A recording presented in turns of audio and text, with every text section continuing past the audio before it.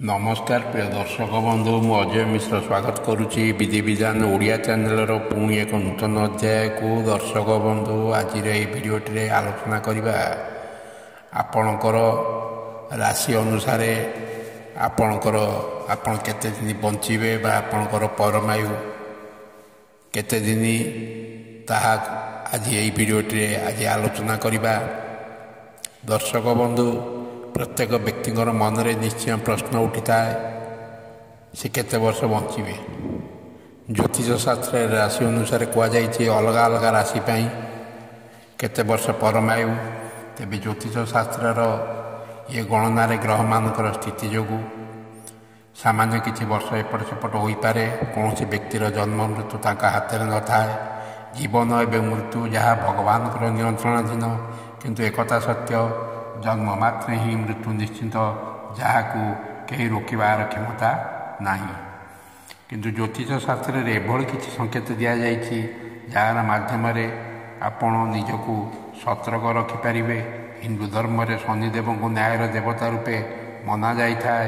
ଶନିଦେବ ବ୍ୟକ୍ତିଙ୍କୁ ତାଙ୍କର ଭଲ ମନ୍ଦ କର୍ମର ଫଳ ଅବଶ୍ୟ ଦେଇଥାନ୍ତି। ଜନ୍ମ କୁଣ୍ଡଳୀରେ ଶନିର ଦୃଷ୍ଟି ନିଶ୍ଚିନ୍ତ ଗୁରୁତ୍ୱ ରଖିଥାଏ।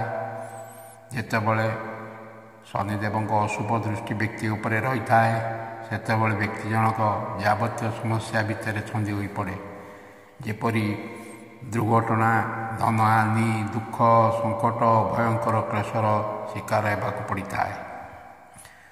ମରିବା ବଞ୍ଚିବା ସବୁକିଛି ଉପରବାଲାର ଖେଳ। ବ୍ୟକ୍ତିର କର୍ମ ଆଚରଣ ସବୁକିଛି କପାଳରେ ଲେଖାଯାଇଛି। ଆଜି ଆମେ ବିଜ୍ଞାନ ବଳରେ ଚନ୍ଦ୍ର ମଙ୍ଗଳ ପୃଷ୍ଠରେ ଯାଇ ପହଞ୍ଚି ସାରିଲାଣୁ, କିନ୍ତୁ ନିୟତିର ଏହି ଖେଳକୁ କେହି ଜାଣିବାକୁ ସମର୍ଥ ନୁହନ୍ତି। ଏ ସମ୍ବନ୍ଧରେ ଆମ ହିନ୍ଦୁ ଶାସ୍ତ୍ର ମଧ୍ୟ ନୀରବ। କୁହାଯାଏ, ଆପଣା କଲା କର୍ମମାନ ବେଳୁ ହୋଇବ ସାବଧାନ। ଅର୍ଥାତ୍ ନିଜର କର୍ମଫଳ ନିଜକୁ ଭୋଗ କରିବାକୁ ପଡ଼ିଥାଏ। ପୁଣି କୁହାଗଲା, କରି କରାଉଥାଏ ମୁଇଁ, ମୋ ଭିନ୍ନ ଅନ୍ୟ ଗତି ନାହିଁ। ଆହୁରି ମଧ୍ୟ କୁହାଯାଇଛି, ତ୍ରିଗୁଣ ରଜୁ କରେ ଧରି, ମୃଗୀ ନଚାନ୍ତି ନରହରି, ଦଇବ ଦୌଡ଼ି ମଣିଷ ଗାଇ, ଯେଣିକି ଟାଣଇ ସେଣିକି ଯାଇ। ଅର୍ଥାତ୍ ବ୍ୟକ୍ତିଟିଏ ଯାହା କରେ ସବୁକିଛି ବିଧି ନିର୍ଦ୍ଦେଶ। ଯଦି ସବୁକିଛି ବିଧି ନିର୍ଦ୍ଦେଶ, ତେବେ ବ୍ୟକ୍ତିଟି କାହିଁକି ତା'ର କର୍ମଫଳ ଭୋଗ କରିବ? ତେବେ ଭଗବାନଙ୍କର ଏ ସୃଷ୍ଟିର ରହସ୍ୟ ଏତେ ରହସ୍ୟମୟ ଯେ ତାହାକୁ ଏଇ ଦେହଧାରୀ ମାନବ ପକ୍ଷେ ବୁଝିବା ସମ୍ଭବ ନୁହେଁ। ସେଥିପାଇଁ ଗ୍ରହମାନଙ୍କର ଚଳନ, ଅକ୍ଷାଂଶ ଦ୍ରାଘିମା, ବ୍ୟକ୍ତିଟିର ଜନ୍ମ ସମୟ, ଗ୍ରହମାନଙ୍କର ଅବସ୍ଥିତି ସବୁକିଛି ବିଚାରକୁ ନେଇ ଜନ୍ମ କୁଣ୍ଡଳୀଟିଏ ପ୍ରସ୍ତୁତ କରାଯାଏ।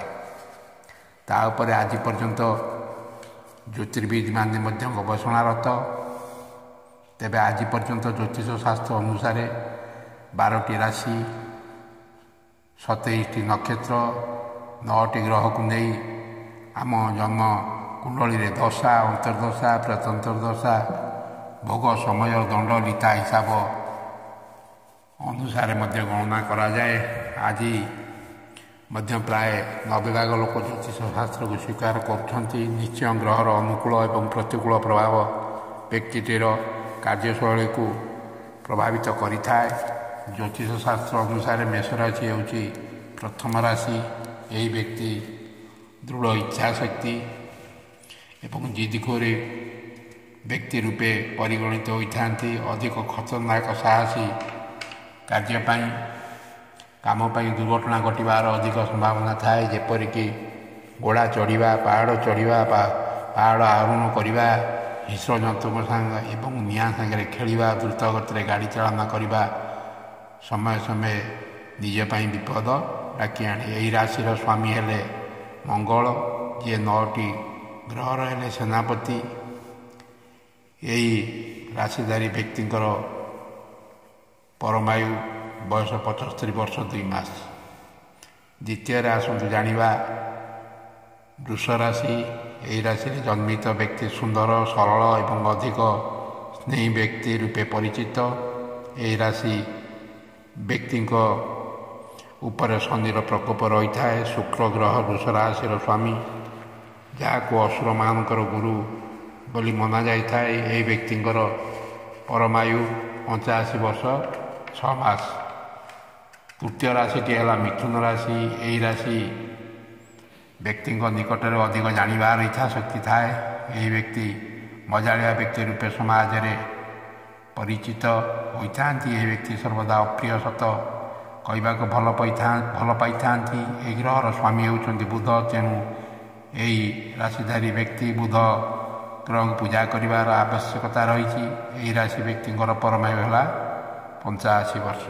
ଏବେ ଆସନ୍ତୁ ଜାଣିବା କର୍କଟ।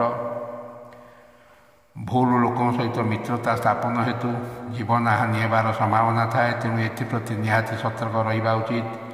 ଏହି ରାଶିର ସ୍ୱାମୀ ହେଲେ ଚନ୍ଦ୍ରମା ହୋଇଥିବାରୁ ଏହି ରାଶି ଧାରଣ କରିଥିବା ବ୍ୟକ୍ତି ସୋମବାର ଦିନ ଶିବଜୀଙ୍କୁ ପୂଜା ଅର୍ଚ୍ଚନା କରିବା ସହ ସୋମବାର ଦିନ ଆମିଷ ଭକ୍ଷଣରୁ ନିବୃତ୍ତ ରହିବା ଉଚିତ। ଏହି ରାଶିର ଆୟୁ ହେଲା 17 ବର୍ଷ 70 ବର୍ଷ 5 ମାସ। ଏବେ ଆସନ୍ତୁ ଜାଣିବା ସିଂହ ରାଶି।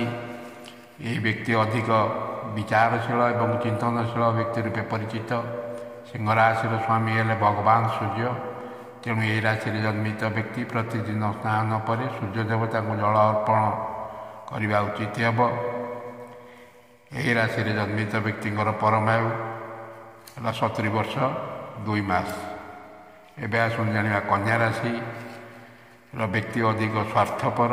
କେବଳ ନିଜ କଥା ନିଜ ପରିବାର କଥା ଚିନ୍ତା କରିଥାନ୍ତି। ଏହି ରାଶିର ସ୍ୱାମୀ ହେଲେ ବୁଧ ହେତୁ ବୁଧବାର ଦିନ ଗଣେଶ ଭଗବାନଙ୍କୁ ପୂଜା କରାଯିବା ଉଚିତ ଏବଂ ଏହି ରାଶିର ପରମାୟୁ ହେଲା 84 ବର୍ଷ। ଏବେ ଆସନ୍ତୁ ଜାଣିବା ତୁଳା ରାଶି।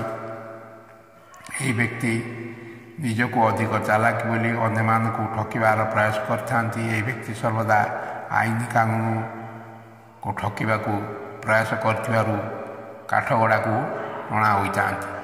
ଏହି ରାଶିର ସ୍ୱାମୀ ହେଲେ ଶୁକ୍ର। ତେଣୁ ଶୁକ୍ରବାର ଦିନ ଦାନ ପୁଣ୍ୟ କଲେ ବିଶେଷ ଫଳ ଲାଭ ହୋଇଥାଏ। ଏହି ରାଶିର ପରମାୟୁ ହେଲା 84 ବର୍ଷ। ଦର୍ଶକ ବନ୍ଧୁ ଏବେ ଆସନ୍ତୁ ଜାଣିବା ବିଛା ରାଶି। ଏହି ଶ୍ରେଣୀୟ ବ୍ୟକ୍ତି ଭାବୁକ ବା ଦାର୍ଶନିକ ରୂପେ ସମାଜରେ ପରିଚିତ ଲାଭ କରିଥାନ୍ତି। ଏହି ରାଶିର ସ୍ୱାମୀ ହେଲେ ମଙ୍ଗଳ। ତେଣୁ ମଙ୍ଗଳବାର ଦିନ ହନୁମାନଙ୍କୁ ପୂଜା ଆରାଧନା କରାଯିବା ଉଚିତ।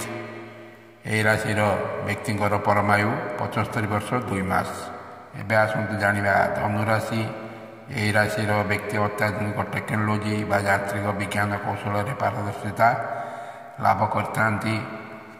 ରାଶିର ସ୍ୱାମୀ ହେଲେ ଗୁରୁ ବୃହସ୍ପତି। ଗୁରୁବାର ଦିନ ଶିବଲିଙ୍ଗରେ ଚଣା ଡାଲି ଏବଂ ବେସନ ଲଡ଼ୁ ଅର୍ପଣ କରାଯିବା ଉଚିତ। ରାଶିର ପରମାୟୁ ହେଲା 82 ବର୍ଷ। ଏବେ ଆସନ୍ତୁ ଜାଣିବା ମକର ରାଶି। ଏମାନେ ଅଧିକ ଆଳସ୍ୟ ପ୍ରିୟ। କାହାରି ସହିତ ବିଶେଷ ମିଶିବା ପାଇଁ ଭଲ ପାଇନଥାନ୍ତି। ସର୍ବଦା ଘର ଭିତରେ ରହିବାକୁ ପସନ୍ଦ କରିଥାନ୍ତି। ଏହି ରାଶିର ସ୍ୱାମୀ ହେଲେ ଶନିଦେବ। ଶନିବାର ଦିନ ଶନିଦେବଙ୍କ ମନ୍ଦିରରେ ସୋରିଷ ତେଲର ଦୀପ ଜଳାଇବା ଲାଭଦାୟକ ହୋଇଥାଏ। ଏହି ରାଶିର ଜନ୍ମିତ ବ୍ୟକ୍ତିଙ୍କ ପରମାୟୁ 81 ବର୍ଷ। ଏବେ ଆସନ୍ତୁ ଜାଣିବା କୁମ୍ଭ ରାଶି। ଏକାଗ୍ରତା ଜାଗ୍ରତ ଏବଂ ଚିନ୍ତିତ ବ୍ୟକ୍ତି ରୂପେ ପରିଚିତ। ବ୍ୟବସାୟରେ ଅଧିକ ପସନ୍ଦ ବା ରୁଚି ରହିଥାଏ। ଏହି ରାଶିର ସ୍ୱାମୀ ହେଲେ ଶନିଦେବ। ତେଣୁ ହନୁମାନଙ୍କୁ ଉପାସନା କଲେ ଏଥିରେ ଲାଭଦାୟକ ହୋଇଥାଏ। ଏହି ରାଶିର ବ୍ୟକ୍ତିଙ୍କର ପରମାୟୁ ହେଲା 66 ବର୍ଷ। ଏବେ ଆସନ୍ତୁ ଜାଣିବା ମୀନ ରାଶି। ଏମାନେ ବହୁତ ବୁଦ୍ଧିମାନ ଚାଲାକି ଅଟନ୍ତି। ସର୍ବଦା ସକାରାତ୍ମକ ଚିନ୍ତାଧାରୀ ବ୍ୟକ୍ତି ରୂପେ ଏମାନେ ପରିଗଣିତ। ଗୁରୁବାର ଦିନ ଏହି ରାଶିଧାରୀ ବ୍ୟକ୍ତି ଗୁରୁବାର ଦିନ ହଳଦିଆ ବସ୍ତ୍ର ପରିଧାନ କଲେ ବିଶେଷ ଲାଭ ହୋଇଥାଏ ଏବଂ ଏହାଙ୍କର ପରମାୟୁ ହେଲା 69 ବର୍ଷ 3 ମାସ। ଦର୍ଶକ ବନ୍ଧୁ, ଆଶା କରୁଛି ଏହି ଭିଡ଼ିଓଟି ଆପଣଙ୍କୁ ନିଶ୍ଚୟ ଭଲ ଲାଗିଥିବ। ଭିଡ଼ିଓଟି ଭଲ ଲାଗିଥିଲେ ଚ୍ୟାନେଲକୁ ନିଶ୍ଚୟ ଗୋଟିଏ ଲାଇକ୍ କରିବେ ଏବଂ ମୋର ଏହି ଚ୍ୟାନେଲକୁ ଭିଡ଼ିଓଟିକୁ ଗୋଟିଏ ଲାଇକ୍ କରିବେ ଏବଂ ଚ୍ୟାନେଲକୁ ସବସ୍କ୍ରାଇବ୍ କରିବେ। ରହୁଛି, ଧନ୍ୟବାଦ, ନମସ୍କାର।